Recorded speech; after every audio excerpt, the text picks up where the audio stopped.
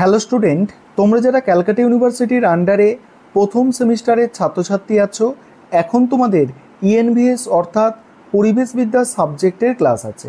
আজকের ক্লাসে তোমাদের প্রথম অধ্যায় থেকে দুটি 5 নম্বরের প্রশ্নের উত্তর নিয়ে আলোচনা করব। তোমাদের কোয়েশ্চেন প্যাটার্নটা প্রথমে একবার মনে করিয়ে দেব।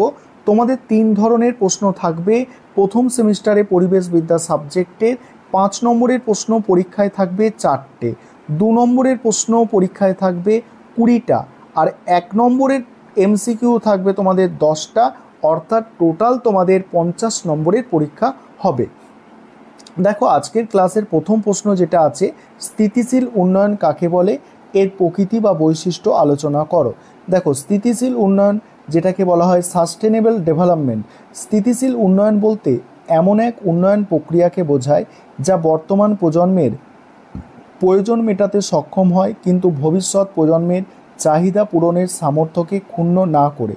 এর প্রধান লক্ষ্য হল অর্থনৈতিক বৃদ্ধি, সামাজিক উন্নয়ন এবং পরিবেশের ভারসাম্য রক্ষা করা, যাতে প্রাকৃতিক সম্পদগুলির সঠিক ব্যবহার এবং সংরক্ষণ নিশ্চিত হয়। তারপরে কি বলা হচ্ছে, দেখো, স্থিতিশীল উন্নয়নের মূল বৈশিষ্ট্য।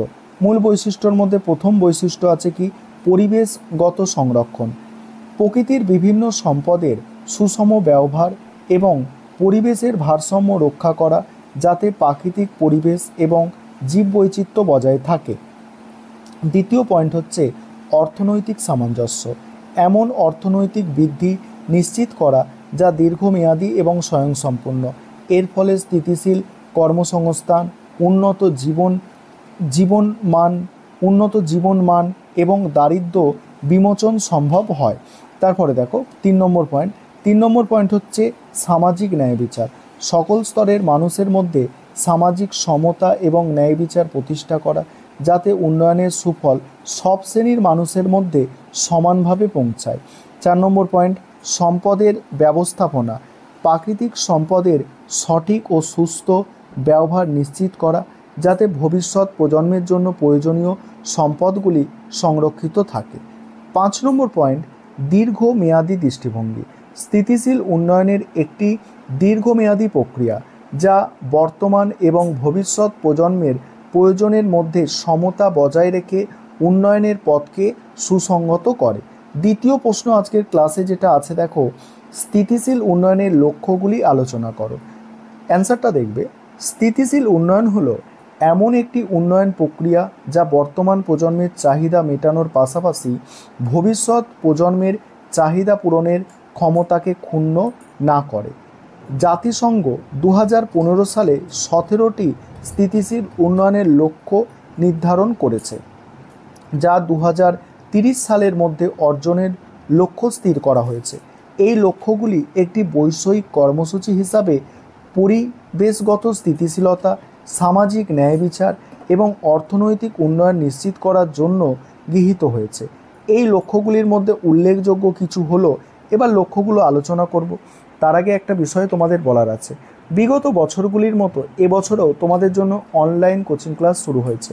তোমরা যদি কেউ অ্যাডমিশন নিতে চাও, এই নম্বরে যোগাযোগ করতে পারো, 9123005218। এই নম্বরে তোমরা যোগাযোগ করে অ্যাডমিশন নিতে পারো। আমাদের সপ্তাহে 2 দিন করে রেকর্ডেড ক্লাস হয় এবং তার সঙ্গে তোমাদের সমস্ত স্টাডি মেটেরিয়ালের পিডিএফ নোটস দেওয়া হয়ে থাকে। এবার তোমরা উল্লেখযোগ্য যে লক্ষ্য সেগুলো দেখে নাও। প্রথম হচ্ছে দারিদ্র্য নির্মূল, সর্বত্র চরম দারিদ্র্য দূরীকরণ। পরের পয়েন্ট দেখো, ক্ষুধা নির্মূল, ক্ষুধার অবসান ঘটিয়ে খাদ্য নিরাপত্তা নিশ্চিত করা। 3 নম্বর হচ্ছে স্বাস্থ্য ও কল্যাণ, সবার জন্য সুস্বাস্থ্য এবং সুস্থতা নিশ্চিত করা। 4 হচ্ছে দেখো মানসম্মত শিক্ষা, সবার জন্য অন্তর্ভুক্তিমূলক ও সমান মানের শিক্ষা প্রদান করা। তারপরে 5 হচ্ছে লিঙ্গ সমতা অর্জন ও সকল নারী এবং কন্যা শিশুর ক্ষমতায়ন। তারপরে 6 পরিবেশ রক্ষা, জীববৈচিত্র্য সংরক্ষণ এবং পরিবেশগত স্থিতিশীলতা নিশ্চিত করা। 7 হচ্ছে অর্থনৈতিক বৃদ্ধি, দীর্ঘমেয়াদী অন্তর্ভুক্তিমূলক এবং স্থিতিশীল অর্থনৈতিক বৃদ্ধি নিশ্চিত করা। এবারে দেখো কি বলা হচ্ছে, স্থিতিশীল উন্নয়ন সামগ্রিকভাবে বৈষয়িক উন্নয়নের জন্য একটি রোডম্যাপ সরবরাহ করে, যা দারিদ্র্য, অসমতা, জলবায়ু পরিবর্তন, পরিবেশের অবক্ষয়, শান্তি এবং ন্যায় বিচারের মতো বৈষয়িক চ্যালেঞ্জগুলির সমাধানের ওপর জোর দেয়। এই ছিল তোমাদের আজকের ক্লাস।